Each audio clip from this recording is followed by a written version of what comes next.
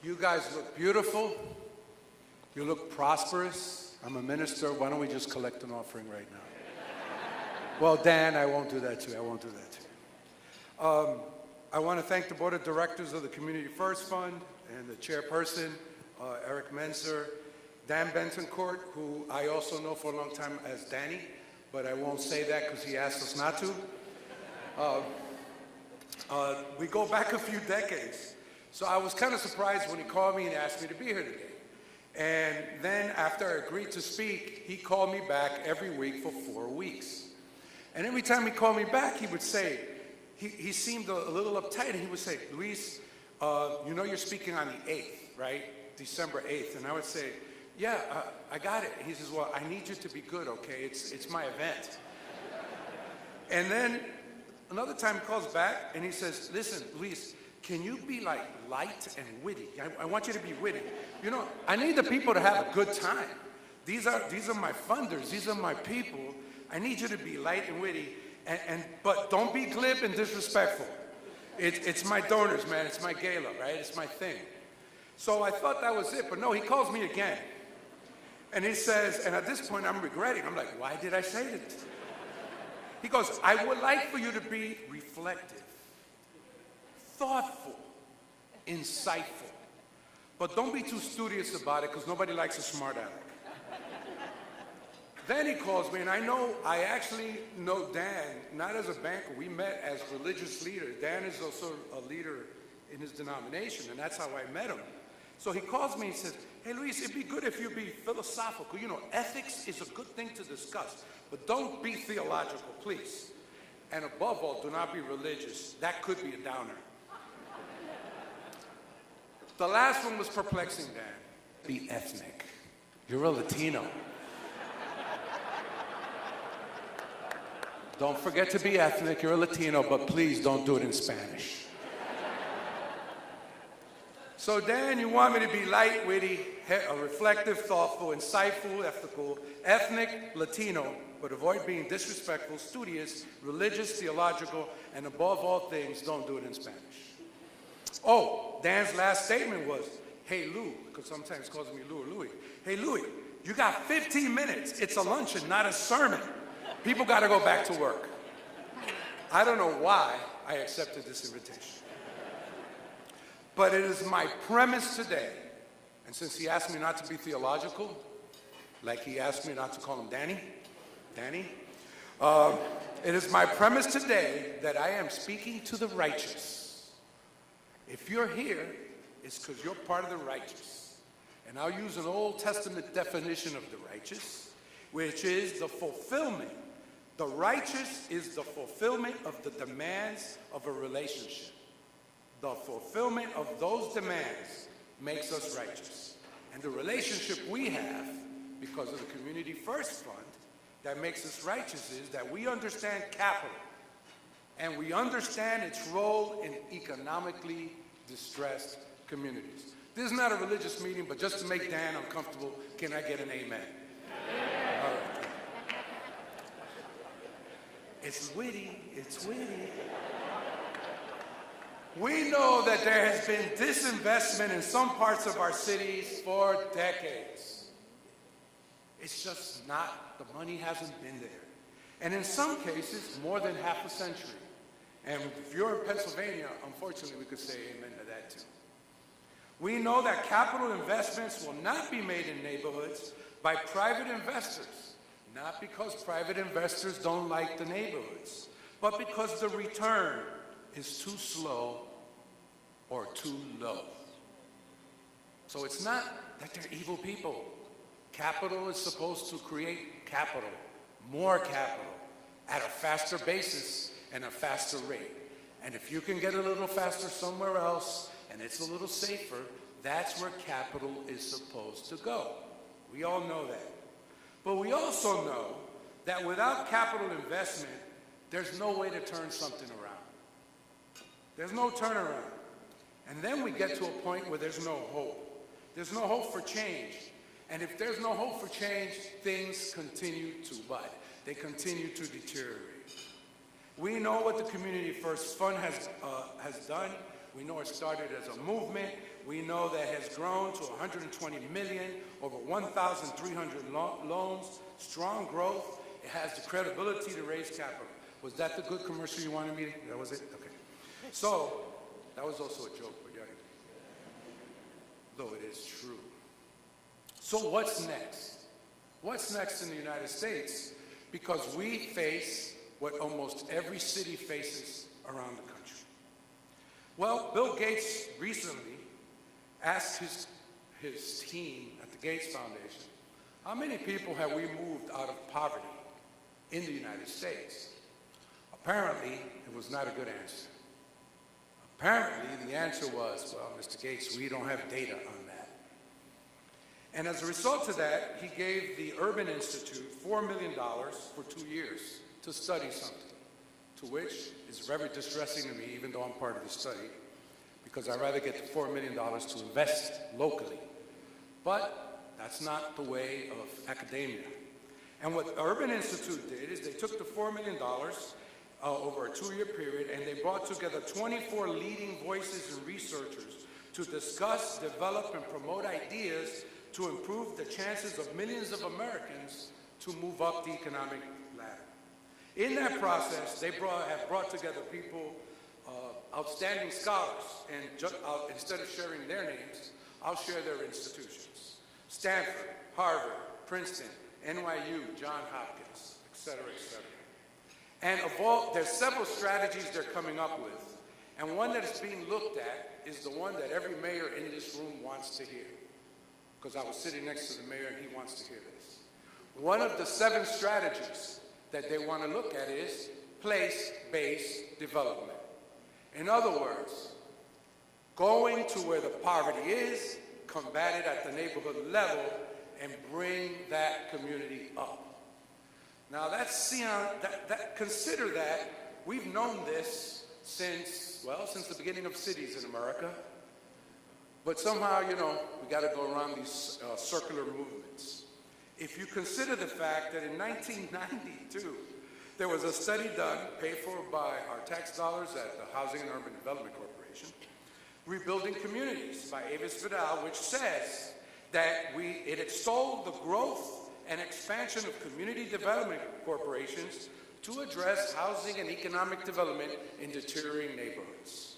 And Michael Porter of Harvard University, way back in '95, in an article called The Economic Advantage of Inner Cities, notice that, the economic advantage of inner cities speaks to the fact that land and labor are an advantage in inner city communities, and that land and labor has to be part of a successful urban revitalization process. John McKnight, in 1993, puts together a book, Building Communities from the Inside Out. He teaches us how to do asset mapping. So asset mapping is taking the skills of a local community, regardless of who they are, regardless of what they've done in their lives, breaking them into sectors, finding out what they do well, and then finding a business that relates to that so they can grow economically. All these ideas were adapted, and all of these ideas have worked. Organizations like LISC, who might be here, the Enterprise Foundation that might be here, they have the studies. They know it works. But you know what we never did? We never brought it to scale. We never brought it to scale. We always did a little experiment here, a little experiment there, but we never have brought it to scale. And the reason we didn't bring it to scale was we created loan funds, but we did not create venture equity funds for poor communities. And so, no matter how much Dan wants to, he is limited because he's loaning money. He doesn't have the equity money to put it in. And all of us who do development in one form or another know there's got to be some equity. There's got to be a cash basis by which to move. And so here we are, the righteous, celebrating 25 years of success, and the national pendulum is going back to a place-based strategy. It is interesting to understand that the President-elect of the United States has said, I want to rebuild inner cities in America. And I think he's hiring Vince McMahon. No, that was a joke. That was just a joke. But he has made it a priority already. It is moving back to something that we all in our guts understand. In order to rebuild these places, it not only takes goodwill, it takes good old American venture capital. And the question is, the traditional venture capital of our nation cannot and does not go into these inner cities except with a few folks who are brave enough to do it every now and then. We celebrated one today. But that is rarity. That is why he gets awards at these events. It's a rarity. It's usually a one-off. So what do we need to do? What is what we need to do? We need private and public sector to foster growth and expansion to feed a greater future. And that sounds like jargon because it is, because I copied it directly out of a book. But this part isn't. There is only one way to do that, and that is to create funds, venture capital funds for longer-term risk capital in the form of equity to go into inner-city communities, to help those inner-city communities, the entrepreneurs of those communities, the folks with the vision and the forthright and the talent to build a business, but they will never get to, they won't even get to a community first fund because they don't have any equity. If a community venture fund doesn't lose money, it's wrong. It's doing something wrong. And this is the problem with goodwill. If we give someone $1 and they invest it and they lose that $1, we get upset with them. But my concern has been that not enough community, how can a community venture capital fund, which by the way, they don't really exist yet, but I'm pushing that that's the next step. If a traditional venture capital fund loses 40% of its money in order for 60, and I'm being generous here, in order for 60% of the deals that get funded to work, you know you're gonna have a 40% loss. What's the correct ratio for a fund that's going into inner cities? We need to create these funds. We need to learn what these ratios should be, and then we're going to need community funds like the one we're celebrating today to lead that fight. We have these community funds around the state, not a lot of them, but we have them around the state. And where we don't have them, we need to create them. So our future growth needs longer-term risk capital in the form of equity, and it will drive entrepreneurialism. It will drive small business growth, and it will move a low-income community, will create the opportunities in low-income communities. One of the things that we are not seeing is almost every city, including, I'm going to use my neighborhood, because I'm not talking about anybody in here. I'm going to use my neighborhood. In North Philadelphia, where I am, we have a neighborhood called Northern Liberties. It's celebrated. It is celebrated as a turnaround community. When they mean turn around, they usually, it really means turn out. They turned out all the residents, and a whole new group of people came in. Now that's what venture capital and capital is supposed to do. Out with the poor and in with the less poor, because they're not necessarily doing very, very well, though they are doing well enough to buy 2- and 3-bedroom, $400,000 to $600,000 condos. So the neighborhood changed. Great for the city of Philadelphia, it is. It's creating a tax base that we desperately need. But the people who were there, they did not grow economically. They just moved into another neighborhood. So my perspective is that the new opportunity bridges, the challenge for us in economic disparity is how we change it. So we have these communities that are changing.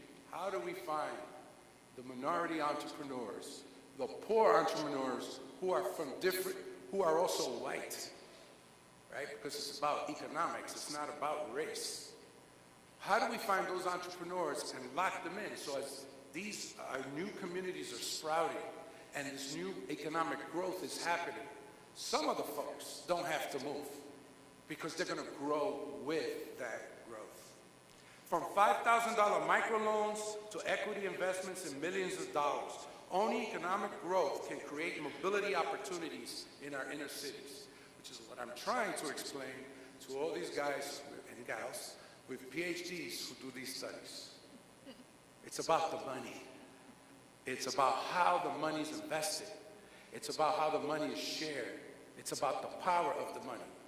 They're looking at, if we can, there are some things that we know are true. There's something called the Earned Income Tax Credit, and it is proven that if you give a little bit more money to people who are getting back the EITC, they will do a little bit better in their lives. But that's not going to be a massive change. It's not going to be a massive change in those people's lives. So I'm old school. You could, there's a statement, you can give a man a fish, or you could teach him to fish. I have a different statement.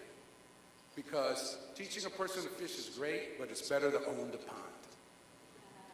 Because when you own the pond, someone will eventually fish for you. So what are the things we own? We own where we live. We own the neighborhoods we reside in. We own where we spend the capital that we have. Only economic growth will create mobility opportunities in our inner city. If not, we're just moving poverty to the next neighborhood. That's all you're doing. That's all that's happening in America. If you look at it, the distance between the haves and the have-nots in our nation is getting larger and larger.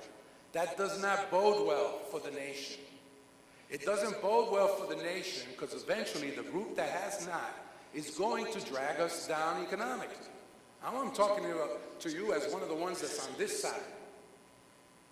And their needs are going to be larger and larger, which means there's going to be a larger social net, which means you have to pay more taxes. And at a certain point, we're going to say, no, we don't want to pay those taxes. And then you create a system for anarchy. Because there comes a point where if I'm hungry enough and I love my family enough, I don't care what the rules are. But I'm not here to talk about the negative side. I'm here to talk about the positive side. And the positive side is that the Community First Fund needs a venture capital fund.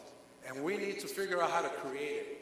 And when we create it, the cities represented here by their mayors will be the ones that will show the country how to fix our problems. Was that good, Dan? Is that all right? All right.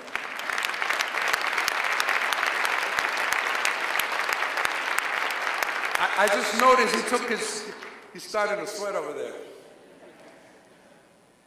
The Community First Fund takes care of a large region which was discussed.